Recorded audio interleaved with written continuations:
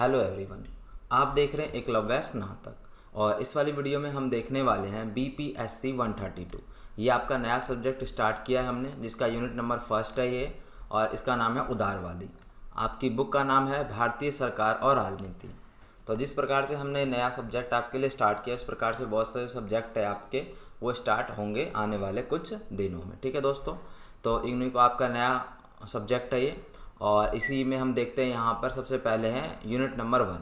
तो इस वाली वीडियो में आपका जो यूनिट नंबर 1 है ये पूरा का पूरा जो है कंप्लीट हो जाएगा। बाकी जो है आपके टोटल यहाँ पर यूनिट की बात करें तो 15 यूनिट है आपके। ठीक है, ये सभी जो है आपके यहाँ पर जो कंप्लीट हो जाएंगे। ठीक है, तो यहाँ पर देखते हैं, कुछ पूछना है आपको तो आप यहाँ पर पूछ सकते हैं। बाकी परिचय के ऊपर हम स्टार्ट करते हैं।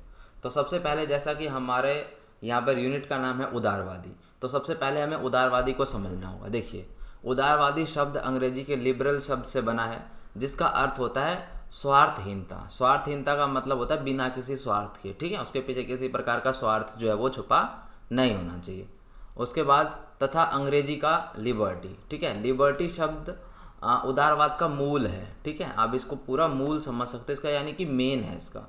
और आपको पता है लिबर्टी का जो हिंदी अर्थ होता है वो होता है स्वतंत्रता। ठीक है, स्वतंत्रता यहाँ पर देखते हैं तो यहाँ पर दो जो शब्द है हमारे सामने आए हैं, एक है स्वार्थहीनता और एक है स्वतंत्रता। तो अब हम इसको यहाँ पर पढ़ते हैं। देखिए, इसलिए सरकार द्वारा बिना किसी स्वार्थ के, ठीक है, बिना किसी स्वार्थ के व्यक्ति को पूर्ण स्वतंत्रता देना ही उदारवाद कहलाता है। आप समझ गए होंगे। सरल शब्दों में अगर हम बात करें यहाँ पर, तो सरल शब्दों में उदारवाद का मतलब होता है व्यक्ति के लिए आज़ादी और कानून के समक्ष बराबरी। ठीक है, आप इसे समानता भी कह सकते हो। ठीक है, कानून के समक्ष बराबरी। तो ये सारी चीज़ें होती है। आपको यहाँ पर उदारवादी जो है वो समझ में आ गया होगा।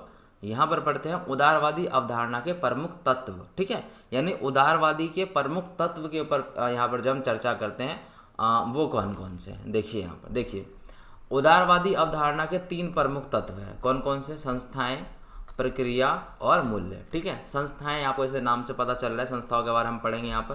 प्रक्रिया और मूल्य का मतलब उसमें क्या जो है मेन है, उसके ऊपर क्या यहाँ पर जो फोकस किया गया उसके बारे में। ठीक है, तो यहाँ पर देखते हैं संस्थाएं।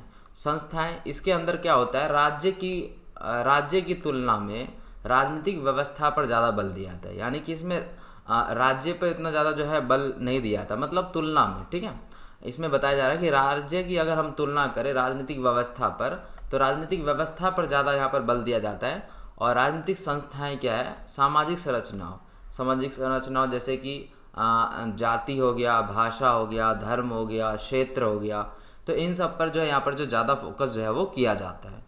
ठीक है, और इनका पक्ष सुनकर आम सहमति वाले जितने भी महत्वपूर्ण जो चीज़ें होती है उस पर भूमिका जो यहाँ पर निभाई जाती है। ठीक है, प्रक्रिया को समझते हैं। इसके अंदर क्या होता है, इसके अंदर काम काज से जुड़ी सारी चीज़ें होती है, कार्यों का अध्ययन होता है। ठीक है, किसी प्रकार का यहाँ पर जो कार्य हैं जो संस्थाओं एवं संगठन के अंतर्गत होता है, उन्हीं सभी कार्यों का यहाँ पर जो अध्ययन है वो किया जाता है। यहाँ पर समझिए, ऐसे देखिए, उदारवादी अवधारणा में प्रक्रियाओं के अंतर्गत, ठीक है, प्रक्रियाओं के अंतर्गत अलग अलग जो संस्थाएं है या संगठन है उनके कार्यों का जो है यहाँ पर अध्ययन किया जाता है। ठीक है, तो उदारवादी अवधारणा भी लोगों को राजनीतिक भागीदारी की अनुमति देती है। ठीक है, जिससे क्या होता है, जन्मतंत्रीकरण की जो प्रक्रिया है उसको बल मिलता है। यहाँ पर मतलब कि यहाँ पर जो वैल्यू दी जा रही है जनता को। ठीक है, उनके जनता के मत को, उस सभी चीज़ों को यहाँ पर जो वैल्यू है वो दी जा रही है। ठीक है, तो ये सारी चीज़ें यहाँ पर बताने का प्रयास किया जा रहा है।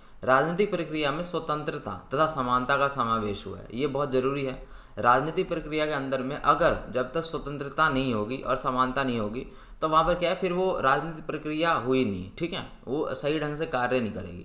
फॉर एग्जांपल जैसे मान के चलिए आप यहाँ पर लोकतंत्र है हमारा। ठीक है, तो लोकतंत्र के अंदर में सबसे जो मेन भूमिका निभाते हैं वो निभाते जनता। ठीक है, क्योंकि लोकतंत्र का मतलब ही होता है लोगों द्वारा लोगों का शासन। ठीक है, तो उसके अंदर जो सबसे ज़्यादा जो वैल्यू मिलती है वो लोगों को मिलती है। तो उसी प्रकार के यहाँ पर सबसे ज़्यादा जो बल दिया गया है वो दिया गया है जो जनता है उनके, यहाँ पर जनता के मत को। ठीक है, और उसी प्रकार से अगर हम बात करें इसके अंदर, तो राजनीतिक प्रक्रिया में सबसे इम्पोर्टेंट होता है स्वतंत्रता।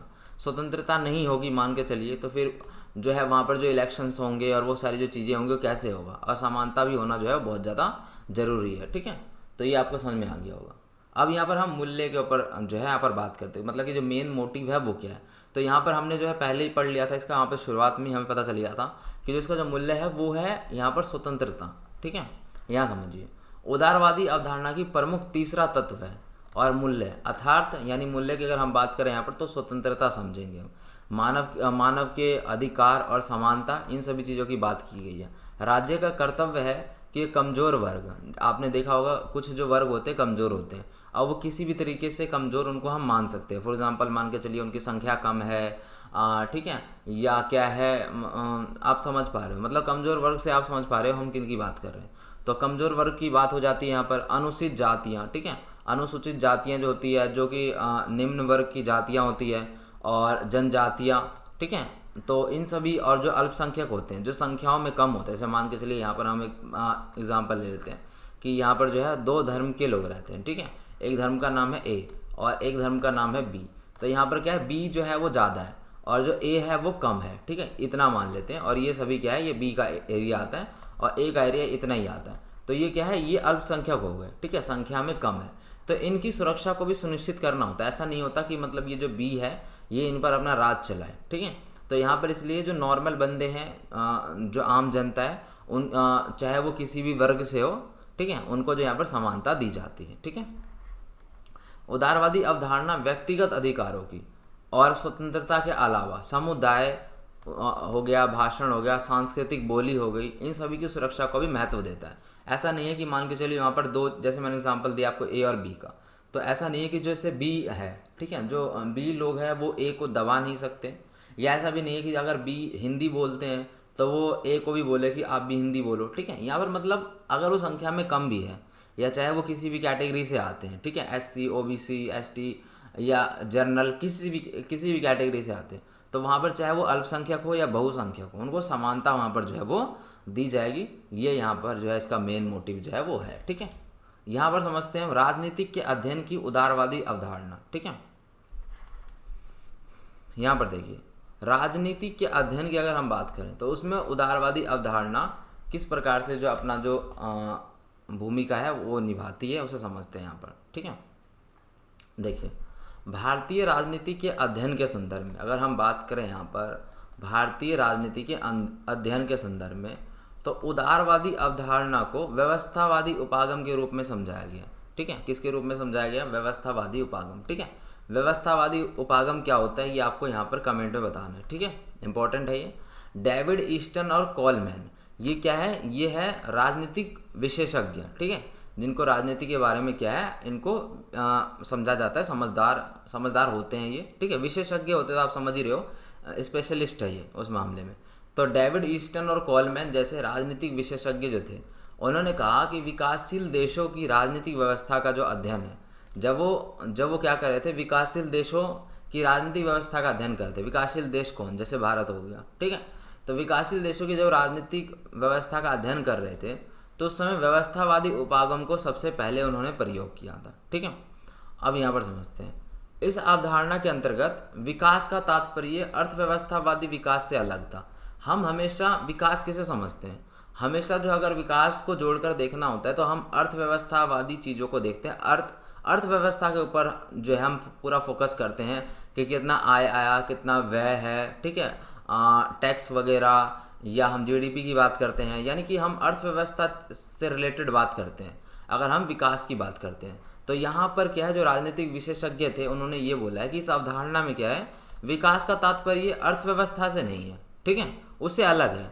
ये यहाँ पर जो बात है वो है आधारभूत ढांचे की। ठीक है, आधारभूत ढांचे की बात हो रही है, यानी बेसिक चीज़ों की हो रही है। ठीक है, आप समझ पा रहे हो, बेसिक चीज़ें भी बहुत ज़्यादा ज़रूरी है। ठीक है, अर्थव्यवस्था, GDP, ये सब तो बहुत बड़ी चीज़ है, लेकिन यहाँ पर क्या आधारभूत जो चीज़ें हैं, जो बेसिक चीज़ें हैं, वो भी बहुत ज़्यादा ज़रूरी है। ठीक है, तो राजनीतिक व्यवस्था के इस मूलभूत ढांचे में राजनीतिक संस्थाएं, संरचनाएं एवं प्रक्रिया को यहाँ पर जो शामिल किया गया, जो कि क्या करती है, एक दूसरे के लिए मेल मिलाप भी है, एक दूसरे के साथ भी है, प्लस में इन दोनों के बीच में क्या है, संघर्ष भी है। यहाँ पर समझिए, देखिए, जो कि एक दूसरे के क्या है, मेल मिलाप भी है, और यहाँ पर क्या है, संघर्ष भी उत्पन्न जो है वो होता है।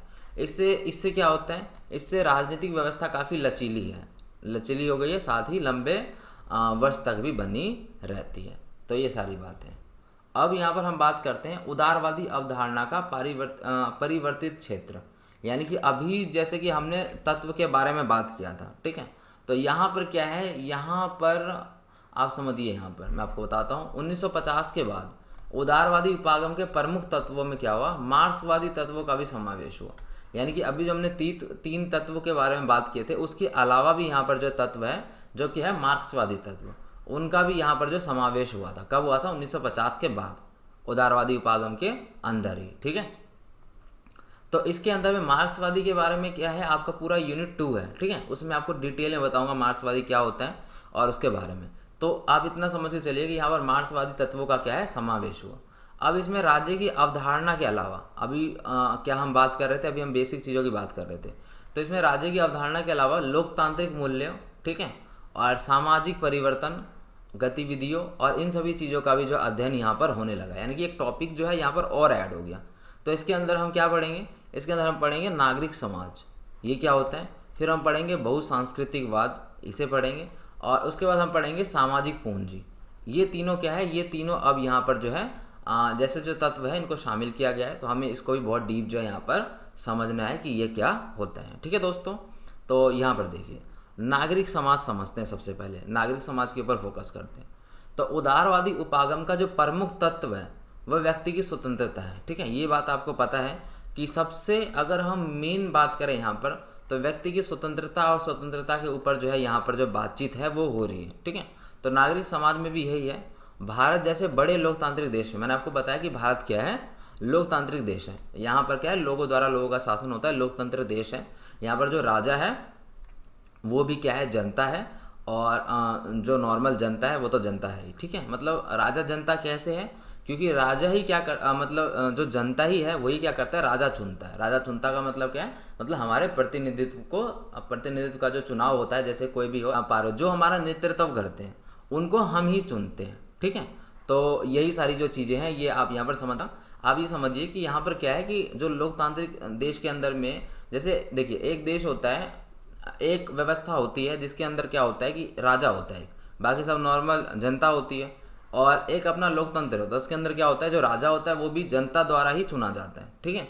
तो पूरा जो कंट्रोल होता है वो होता है यहाँ पर जनता के ऊपर, ठीक है। तो लोकतांत्रिक देश है हमारा भारत, जिसमें सभी समुदाय, जाति और समूह वर्गों को सुरक्षा प्रदान जो है यहाँ पर करने के लिए नागरिकों को मौलिक अधिकार प्रदान किए गए। तो यहाँ पर आप समझ पा रहे हो, देखिए लोकतांत्रिक देश में सबसे इम्पोर्टेंट हो गया अपना यहाँ पर जनता, ठीक है, आम जनता, लोग सबसे ज़्यादा इम्पोर्टेंट है।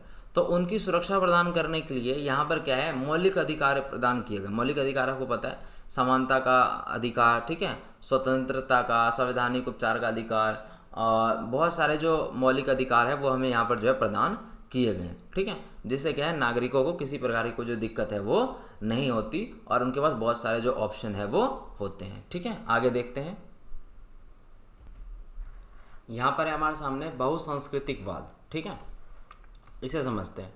उदारवादी उपागम में व्यक्तियों के अधिकारों के अलावा सामूहिक व सामुदायिक अधिकारों की यहाँ पर जो पहचान है उसको प्रदान की गई है, ठीक है। सभी सांस्कृतिक समुदाय अपनी अपनी विशेषता बना रखने के लिए क्या करते हैं, अलग अलग अधिकारों की मांग करते हैं।